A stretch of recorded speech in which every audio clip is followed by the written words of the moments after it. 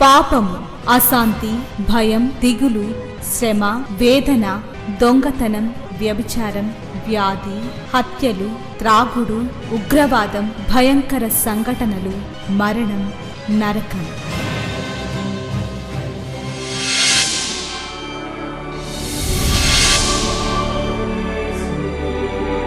సిలువలోనే పాప క్షమాపణ, పరిశుద్ధ జీవితం, ప్రేమ, వాక్య ధ్యానము, నెమ్మది, సహవాసం, నిత్య జీవం. శాంతి సోపానాలు, ఇవి శాంతి ప్రదాత బోధలు. చీకటిలో ఉన్న ప్రజలకు గొప్ప వెలుగు కలుగుటకు, చీకటిలో ఉన్న ప్రజలకు గొప్ప వెలుగు కలుగుటకు, చీకటి నుండి వెలుగునకు నడిపించే సోపానాలు. శాంతి సోపానాలు కార్యక్రమానికి మిమ్మల్ని ప్రేమతో ఆహ్వానిస్తూ ఉన్నాను.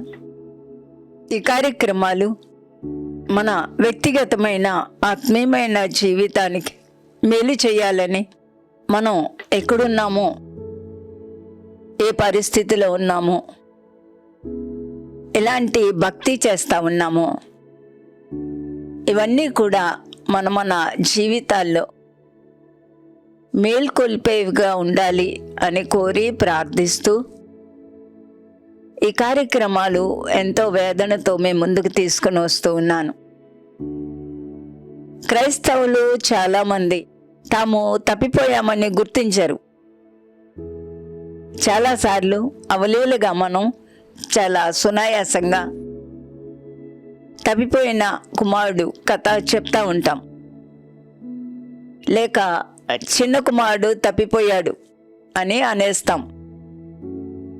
కానీ ఎన్ని విషయాల్లో ఈ కుమారుడు తప్పిపోయాడు అనేది కొంచెం లోతుగా మనం ఆలోచిస్తే మన పరిస్థితి కూడా ఎలా ఉంది అని మనం పరీక్షించుకోవచ్చు. తప్పిపోయిన కుమారుడు, అతన్ని గురించి మనం కొంత ఆలోచిస్తే, తండ్రిని ద్వేషించిన కుమారుడు, తండ్రి ప్రేమకు దూరమైన కుమారుడు, క్రమశిక్షణకు దూరమైన కుమారుడు. ఈ మాటలన్నీ మీరు జాగ్రత్తగా అర్థం చేసుకోండి. వీటిల్లో ఎన్ని మన జీవితానికి అన్వయిస్తాయో కూడా ఆలోచించాలి. తండ్రికి దూరమయ్యాడు. తండ్రి ప్రేమ, క్రమశిక్షణ, ఒక కుటుంబ జీవితం, బాంధవ్యం, బాధ్యత, ఇవేవి కూడా ఆ కుమారుడికి లెక్క అనిపించలేదు. లోకంతో ఎంజాయ్ చేయడం, లోక స్నేహం, లోకస్తుల సలహాలు తీసుకోవడం. ఈ తరంలో చాలామంది, ముఖ్యంగా యవనస్తులు, పెద్దలు కూడా అక్కడక్కడ ఇంట్లో వాళ్ళ సలహాలు గిట్టవు, బయట వాళ్ళ సలహాలు చాలా బాగా వాళ్ళకి నచ్చుతాయి. ఈ కుమారుడు తండ్రితో సహవాసాన్ని పోగొట్టుకున్నాడు. ఈ కుమారుడికి తండ్రి అంటే భయం లేదు, ప్రేమ లేదు, ఇష్టం లేదు. అతని ఇల్లు ఒక నరకంలాగా అనిపించింది. తండ్రి ప్రేమ చులకనగా అనిపించింది. తండ్రి వద్దు, కానీ తండ్రి డబ్బులు కావాలి, తండ్రి ఆస్తి కావాలి. ఈ రోజుల్లో ఎంతమంది ఇలాంటి జీవితాన్ని జీవిస్తూ ఉంటారు. దేవుడొద్దు, కానీ దేవుడిచ్చే ఈవులన్నీ కావాలి. దేవుడి దగ్గర నుంచి ఆరోగ్యం కావాలి, సమస్యలకు పరిష్కారం కావాలి. దేవుణ్ణి ప్రేమించడం, దేవుని కొరకు జీవించడం, వాక్యాన్ని ప్రేమించడం, ఇవన్నీ ఇప్పుడు కాదులే, ఇంకొచ్చే పెద్దవాళ్ళం అయ్యాక అనుకుంటారు. భక్తి కూడా అప్పుడే కాదు అని సలహా ఇచ్చేవాళ్ళు ఉంటారు. నేను కూడా నా యవ్వన జీవితంలో దేవునికి నా జీవితం ఇచ్చినప్పుడు చాలామంది ఇప్పుడు భక్తి ఏంటే బాబు, 40 ఏళ్ళు దాటాలి, అప్పుడు భక్తి ఇప్పుడు భక్తి అని మొదలుపెట్టావేంటి అన్నారు. ఒక అతను మాకు దూరపు బంధువు, అతను సిగరెట్లు తాగే అలవాటు. ఎందుకో అప్పుడప్పుడు అతను గుర్తొస్తూ ఉంటాడు. సిగరెట్టు పొగ వదిలేస్తూ, ఇలారా నీకో సలహా ఇవ్వాలన్నాడు. చెప్పన్నయ్య ఏంటది అన్నాను. చాలా పొరపాటు పడిపోతున్నావు. అసలు లైఫ్లో థ్రిల్ అనేది నీకు తెలుసా? ఆ థ్రిల్ నువ్వేమి ఎంజాయ్ చేసావని ఇప్పుడు దేవుడు పిలిచాడు అంటున్నావు. నువ్వు ఇంకా కాలేజ్ స్టూడెంట్వే, ఇంకా చదువుకోవాలి, లైఫ్లో థ్రిల్ అనుభవించన్నాడు. నాకు చాలా చిరాకేసింది. సిగరెట్లు తాగేవాళ్ళంటేనే చిరాకు. ఆ సలహాకి ఇంకా నాకు చాలా చాలా చాలా కోపం కాదు కానీ అసహ్యం వేసింది. అప్పుడు నేను అన్నాను, నువ్వు లోకాన్ని వెంబడిస్తూ ఇదే థ్రిల్ అనుకుంటున్నావేమో. జీవితం అంటే ఏంటో నాకు అర్థమైంది. నేను నమ్మిన నా దేవుడు, నేను వెంబడించాలని నిర్ణయించుకున్న నా దేవుడు పుట్టుగుడ్డువానికి కళ్ళు ఇచ్చాడు. థ్రిల్ కాదా? ఆయన కుష్ఠరోగులను బాగు చేశాడు. నేను అది థ్రిల్ అనుకుంటున్నాను. ఆయన చనిపోయిన వారిని లేవనెత్తారు. ఈ లోకంలో ఎన్నో అద్భుతాలు చేశారు. అలాంటివన్నీ ధ్యానిస్తూ ఉంటే నాకు ఎంతో ఆనందంగా ఉంది. నువ్వు లోకం థ్రిల్ అనుకుంటున్నావు, నేను దేవుణ్ణి వెంబడించడం నాకెంతో అత్యాసక్తిగా ఉంది. ఇదే జీవితం నాకు చాలా థ్రిల్గా ఉంది అని చెప్పాను. యాక్చువల్గా ఆ సమయంలో అంత అనుభవం లేదు, కానీ యేసు ప్రభు బోధలన్నా ఆయన జీవించిన విధానం నాకు ఎంతో సవాలుగా ఉండేది. అవి బోధలు చదువుతూ ఉంటే నా కంటంట నీళ్లు కారేవి. ఈయన్ని వెంబడించగలిగిన యోగ్యత నా దగ్గరుందా? నేనే ఇన్ని సరిగా వెంబడించగలనా అనే ఒక భయం నన్ను పరిపాలించేది. ఈ లోకంలో చాలామంది క్రైస్తవులు, చాలామంది అంటే చాలామంది, ఎవరో కొద్దిమంది తప్ప దేవుణ్ణి సేవిస్తారు, లోకాన్ని సేవిస్తారు, శరీరాశలకు లొంగిపోతారు, కోరికలకు లొంగిపోతారు, వస్త్రధారణలో కూడా లోకాన్ని అనుసరించాలని చూస్తూ ఉంటారు. వీళ్ళంతా తప్పిపోయిన వాళ్ళే అనుకుంటూ ఉంటాను. బైబిల్ అంటే ఇష్టం ఉండదు. ప్రసంగం 1 గంట సేపు చేస్తే చాలా చిరాకు పడిపోతారు. ఒకవేళ పాస్టర్ భారంతో కన్నీటితో కొంచెం ఎక్కువసేపు చేస్తే ఈ తప్పిపోయిన కుమారులకు అలాంటి ప్రసంగాలు నచ్చవు. మేము నార్త్ ఇండియాలో చర్చికి వెళ్ళాం. అది సాధు సుందర్ సింగ్ గారు వెళ్ళిన చర్చి అని చెప్పారు. ఆ సేవకుడు 1/2 గంట చెప్పాడు. నేను ఇంకెంతసేపు చెప్తాడో అని ఆశగా కూర్చున్నాను. తర్వాత ఆ సేవకుడిని పిలిచి అడిగాను, ఇదేం ప్రసంగం, 10 నిమిషాలు 1/2 గంట చెప్పావు నువ్వు, ఇదేంటి ఇలాగే ఉంటుందా మీకు అని అడిగితే, అమ్మ 1/2 గంట కన్నా ఎక్కువ చెప్తే తీసేస్తారమ్మా, ఇక్కడ నన్ను ఇక్కడ పాస్టర్గా పెట్టుకున్నప్పుడే చెప్పారు 1/2 గంటే చెప్పాలి నువ్వని. పాస్టర్ ఎక్కువసేపు చెప్పకూడదు. సంఘ ఆరాధనలన్నీ గంటలో అయిపోవాలి. ఎందుకంటే ఎవరి పనులు వాళ్ళు చేసుకోవాలి, ఎవరి ఆనందం వాళ్ళది. టీవీల దగ్గర కూర్చునే వాళ్ళు ఉంటారు. ఎక్కడో ఏదో ఉపమానంలో చిన్న కుమారుడు తప్పిపోయాడు అనుకుంటూ ఉంటాం. ఈరోజు దేవుని ఆత్మ ద్వారా హెచ్చరిస్తా ఉన్నాను, నువ్వు కూడా తప్పిపోయి ఉన్నావేమో, ఒక్కసారి ఆలోచించు. దేవుణ్ణి ప్రేమించలేని వ్యక్తి తప్పిపోయిన వ్యక్తే. దేవుని యొక్క మాటకు విధేయత కానివాడు తప్పిపోయిన వాళ్ళే. దేవుని కన్నా లోకాన్ని ఎక్కువ ప్రేమించే క్రైస్తవం ఎక్కువైపోయింది. శరీరానుసారమైన మనస్సు చాలా ఎక్కువైపోయింది. వస్త్రధారణ, మాటలు, బడాయిలు, ఫోటోలు, ఏంటండి ఇదంతా క్రైస్తవ్యమేనా? పౌలు గారు రోజుల్లో ఒకవేళ ఫోటోలు పెట్టుకునే పద్ధతి అయితే ఎక్కడ చూసినా, ఏ ఊరు చూసినా పౌలు గారి ఫోటోనే ఉండేది కదూ. ఇవంతా లోక సంబంధమైనవి, ఇవంతా లోకాశలు, లోక ప్రేరణ. ఎంతమంది ఒకరినొకరు ఉపవాస ప్రార్థనకు ప్రోత్సహించుకుంటారు చెప్పండి?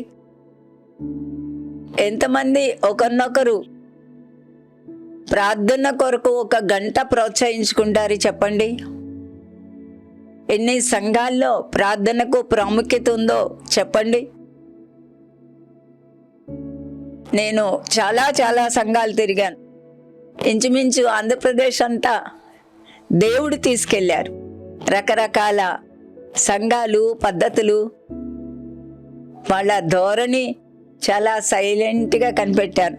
ఏ సంఘం ప్రార్థనకు ప్రాముఖ్యత ఇస్తుందో, ఏ సంఘం మిషనరీ పనికి ప్రాముఖ్యతనిస్తుందో, ఏ సంఘం ఉపవాస ప్రార్థనకు ప్రాముఖ్యతనిస్తుందో, ఏ సంఘం తన సభ్యుల్ని ప్రార్థనలో నడిపించగలదో, స్థిరపరచగలదో అది సరైన సంఘం.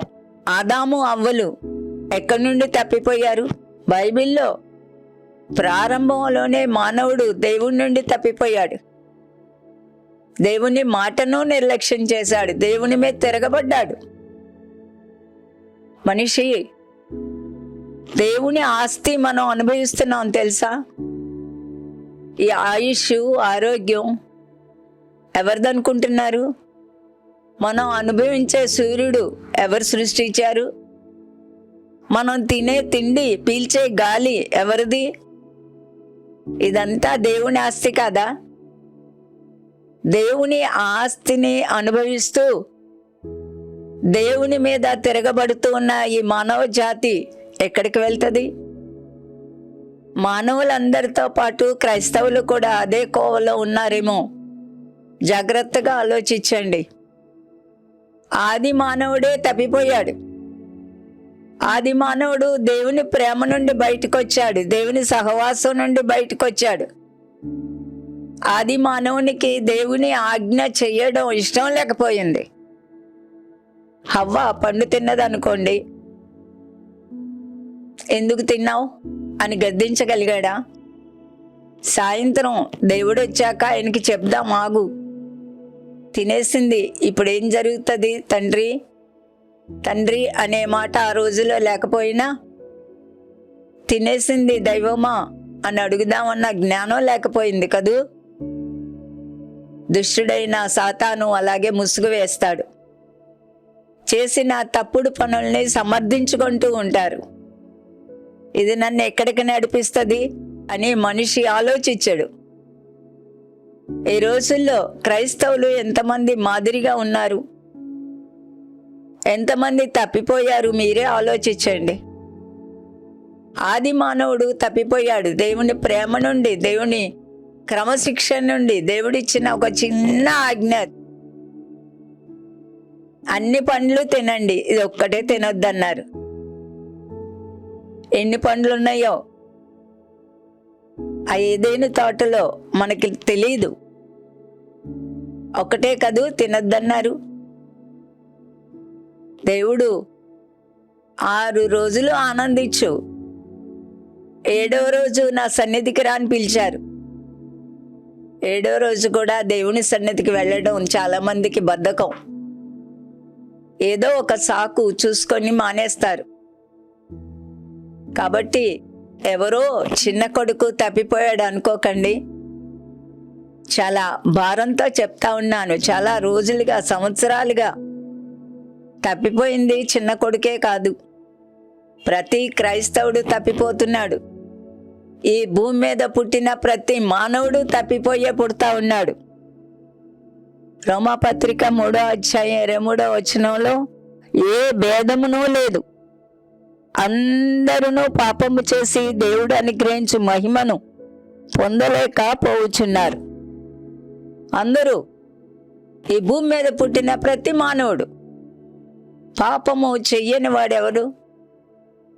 మనిషి పాపిష్టి రక్తంలో నుంచే బయటకు వస్తా ఉన్నాడు. మన వారసత్వమే పాపం. కొంతమందికి ఈ పాపం అనే మాట ఇష్టం ఉండదు. పాపి అంటేనే కోపం వచ్చేస్తుంది. నాకు కూడా దేవుణ్ణి ఎరిగిన కొత్తలో ఆ మాట అంటే చాలా చికాగ్గా ఉండేది. ఎందుకు? నేను ఎప్పుడూ ఏ పాపం చేయలేదు. అబద్ధం, మోసం, దొంగతనం, వ్యభిచారం, ఎవరిని మనం ఏమీ చూడలేదు. ఇలాగా స్వనీతితో అతిశయపడేదాన్ని. ఒకరోజు పరిశుద్ధాత్మ నాలోనే తలంపులు పుట్టించారు. ఇలా ఆలోచించేటట్టు చేశారు ప్రభు. కుక్కకి ఎవరు పుడతారు? కుక్కకి కుక్కే పుడుతుంది. పిల్లికి ఎవరు పుడతారు? పిల్లికి పిల్లే పుడుతుంది. సింహానికి ఎవరు పుడతారు? సింహానికి సింహమే పుడుతుంది. మరి పాపికి ఎవరు పుడతారు? పాపికి పాపే పుడతాడు. అప్పుడు నేను గట్టిగా నవ్వేసి, దేవా, నేను పాపిని, నన్ను రక్షించడానికి లోకానికి వచ్చిన ప్రభువా, మీకు కోటి కోటి వందనాలు అని చెప్పుకున్నాను. పాపం మనం చెయ్యకపోవచ్చు, కానీ అది మన రక్తంలో ఉంది. కోపం రాదా మనుషులకి? ద్వేషం పుట్టదా? బద్ధకం ఉండదా? ఎలా బ్రతుకుతున్నామో ఆలోచించండి. అందరూ పాపము చేసి దేవుడు అనుగ్రహించు మహిమను పొందలేకపోతా ఉన్నారు. తప్పిపోయిన కుమారుడు వారసత్వాన్ని వదిలేయటానికి ఇష్టపడ్డాడు. తండ్రి పంచన ఉండడానికి ఇష్టపడలేదు. తండ్రిని ద్వేషించాడు. తండ్రి అలవాట్లు కానీ ప్రేమ కానీ అతనికి చాలా చాలా తేలిక అనిపించింది. లోకం, స్నేహితులు ముఖ్యం అనుకున్నాడు. ఆదాము అవ్వల దగ్గర నుండి ఈ లోకంలో పుట్టిన ప్రతి మానవుని వరకు తప్పిపోతూనే ఉన్నారు. అయితే తండ్రి ప్రేమ ఎంత విలువైంది! తప్పిపోయిన ఈ మానవుణ్ణి రక్షించడానికి, దేవునికి దూరమై నరకానికి పరిగెడుతూ ఉన్న మానవుణ్ణి రక్షించడానికి, అవిధేయులైన మానవాళిని రక్షించడానికి, తన ప్రేమను చూపించడానికి, పాప పరిహారార్థమై రక్తాన్ని చిందించడానికి ఆయనే భూమి మీదకి నరునిగా దిగి వచ్చారు. దైవ కుమారుడిగా ఈ లోకంలో జన్మించారు. అయితే సృష్టి ఆది నుండి కూడా కొంతమంది తమ్మును తాము ప్రత్యేకించుకొని దేవుణ్ణి వెంబడించిన వారు ఉన్నారు. హనోకు దేవునితో నడిచాడు. నోవహు దేవునితో నడిచాడు. అబ్రహాము దేవునితో నడిచాడు. ఇలాగా అక్కడక్కడ నక్షత్రాల్లాగా వీళ్ళు దేవుని ప్రేమిస్తూ దేవునిలో స్థిరపడి ఒక మాదిరికరమైన జీవితాన్ని జీవించారు. ఈరోజు మన అంశం తప్పిపోయిన కుమారుడు ఎవరు? నేను ఎలాంటి వ్యక్తిని? దేవుని మాటలన్నీ, దేవుని ఆజ్ఞలన్నీ మనం నెరవేరుస్తున్నామా? 10 ఆజ్ఞలు మాత్రమే కాకుండా మత్తయి 5, 6, 7 అధ్యాయాల్లో ఒక క్రైస్తవుడు వెంబడించవలసిన విలువలు ఉన్నాయి.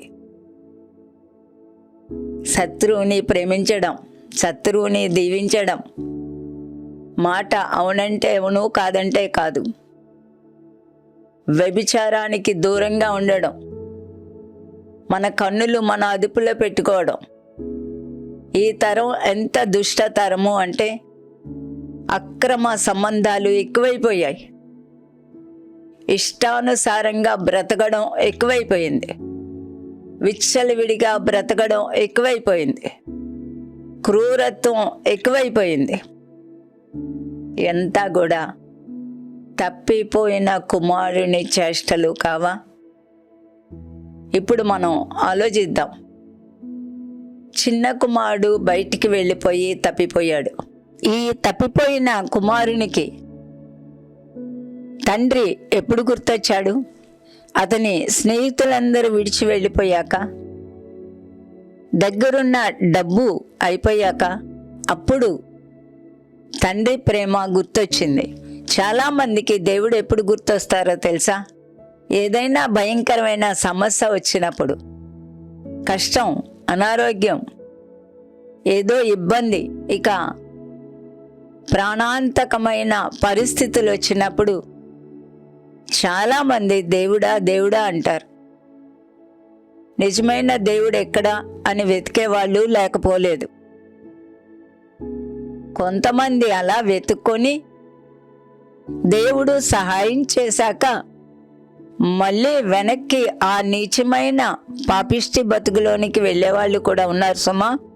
తప్పిపోయిన కుమారుడు చాలా తెలివైన వాడినే అనుకున్నాడు. దూరదేశం వెళ్ళిపోయాడంట. దగ్గరలో ఎక్కడైనా ఉంటే మా నాన్న వెతుక్కుంటూ వచ్చి పట్టుకెళ్ళిపోతాడేమో వెనక్కి అనుకొని ఉంటాడు ఈ బుద్ధిహీనుడు. అందుకనే చాలా దూరదేశం వెళ్ళిపోయాడు. అతనికి తండ్రి గుర్తు రావడానికి కారణం కరువులో పడిపోవడం. 2, తండ్రి ప్రేమ అతన్ని అప్పుడు గుర్తొచ్చి ఆ విలువ అర్థమైంది. యాకోబు కూడా దేవుడు తల్లిదండ్రులు విడిచిపెట్టి వెళ్ళిపోతూ ఉంటే ఆయన స్వయంగా ప్రత్యక్షమై, నేను నీ తండ్రి దేవుణ్ణి, నువ్వు వెళ్ళే స్థలంలో కాపాడి మళ్ళా నిన్ను క్షేమంగా కనానికి తెస్తానన్నారు. యాకోబు జీవితం మనకి ఎన్నో పాఠాలు నేర్పుతుంది. వెళ్ళిపోయాడు. రాహేల్ని ప్రేమించాడు. వాళ్ళ మామ బుద్ధులే వచ్చుంటాయేమో యాకోబుకి. ఈ లోకంలో కూడా విచిత్రం ఏంటి తెలుసా? పిల్లలు పుట్టాక ఎదిగేటప్పుడు వాడు చెడ్డ పనులు చేస్తే పలానోడు బుద్ధులు వచ్చాయి అంటారు. మంచి పనులు చేస్తే నా బుద్ధే వచ్చేసింది అనుకుంటాడు తండ్రి. ఇది చాలా విచిత్రంగా ఉంటుంది. అంచేత ఏదైనా తప్పు దొరికితే ఇతరులని నిందించాలని చూస్తాడు. నా పనికిమాలిన బుద్ధే వచ్చింది నా కొడుక్కి అన్నాడు కదా ఏ తండ్రి. అది కూడా తప్పిపోయిన మనసే సుమా. మా నాన్న నన్ను వెతకూడదు, నేను మా నాన్నకి దొరకకూడదు అనుకున్నాడు.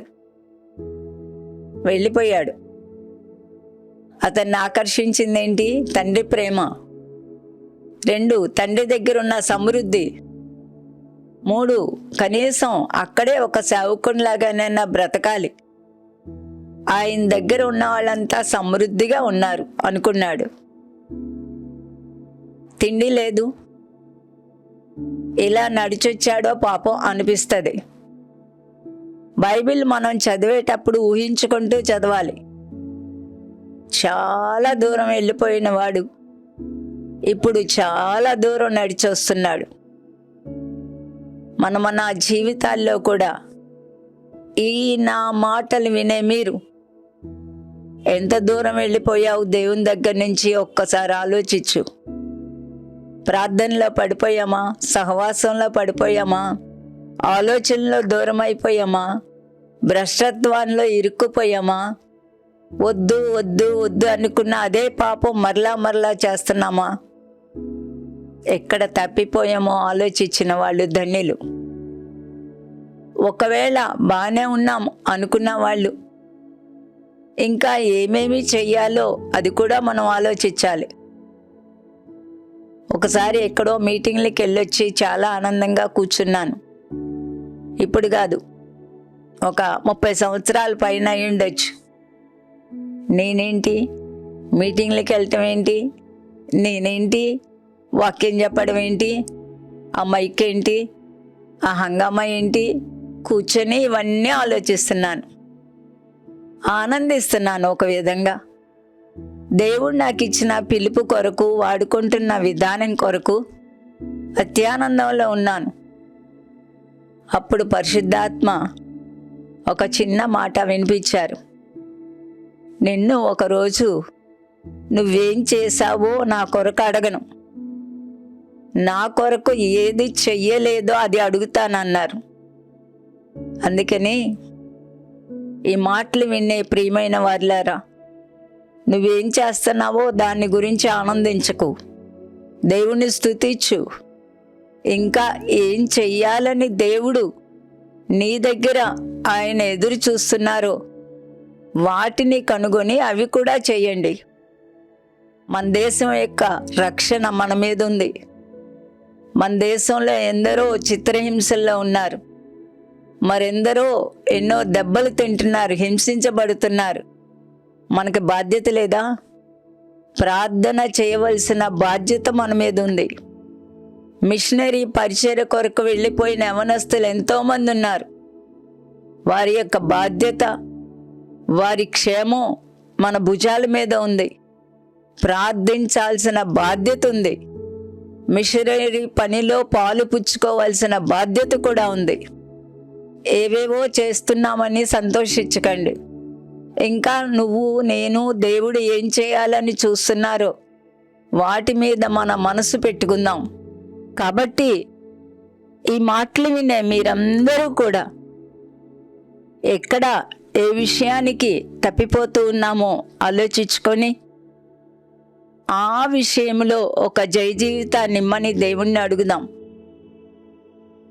వచ్చే వారం యాకోబు ఎక్కడ తప్పిపోయాడు అనేది ఆలోచిద్దాం. ఇంకా తప్పిపోయిన కుమారుడు ఎవరో కూడా పరీక్షిద్దాం. ప్రార్థన చేసుకుందాం. ప్రేమ కలిగిన మా ప్రియమైన పరలోకపు తండ్రి, తప్పిపోయిన గొర్రెను వెతికిన ప్రభువా, తప్పిపోయిన మమ్మల్ని అందరినీ కూడా మీ విలువైన రక్తాన్ని కార్చి రక్షించుకొని మీ బిడ్డలుగా చేసుకున్న ప్రభువా, ఈ మాటలు వినే ప్రతి ఒక్కరూ మీకు ఇంపైన బిడ్డలుగా జీవించడానికి, మీరు కోరే పరిశుద్ధత, విధేయత, ప్రేమ, నమ్మకత్వంలో జీవించడానికి సహాయం చేయండి. ఈ కార్యక్రమాలు చూచే ప్రతి ఒక్కరూ మీ యొక్క ప్రేమకు పాత్రులవ్వాలని ప్రార్థిస్తూ, అనారోగ్యాలు, కష్టాలు, దుఃఖాలు, బాధలు, సమస్యలు, మరణకరమైన వేదనలో ఉన్న ప్రతి ఒక్కరిని మీకే అప్పగిస్తూ రక్షించమని ప్రార్థిస్తూ యేసు నామమున వేడుకుంటున్నాను తండ్రి, ఆమేన్. మహాదేవుడు మన ప్రభువు రక్షకుడునైన యేసుక్రీస్తు కృపా, దేవుని ప్రేమ, పరిశుద్ధాత్మనిత్య సన్నిధి సహవాసం కూడి వచ్చిన మనందరికీ సదా తోడైండి నిత్యత్వాన్ని గూర్చిన నిరీక్షణతో కూడిన జీవితాలలోనికి నడిపించును గాక. ఆమేన్. స్వనీతిలో ఎవ్వరూ కూడా ఆనందించక దేవుని నీతిలో మన జీవితాన్ని స్థిరపరచుకుందాం. ఎక్కడైనా తప్పిపోయామేమో ఆలోచిద్దాం. దేవుని ఆత్మ మనతో ఉండను గాక. మా address Shrimati Joy Sam Benny, Emmanuel church 1-146 S Achyutapuram, Kakinada 4. మా ఫోన్ నంబర్స్ 944-010-9893 మరియు 0884-237-6793. మరలా ఇదే సమయానికి ఇదే ఛానల్లో మనం కలుసుకుందాం. Thank you.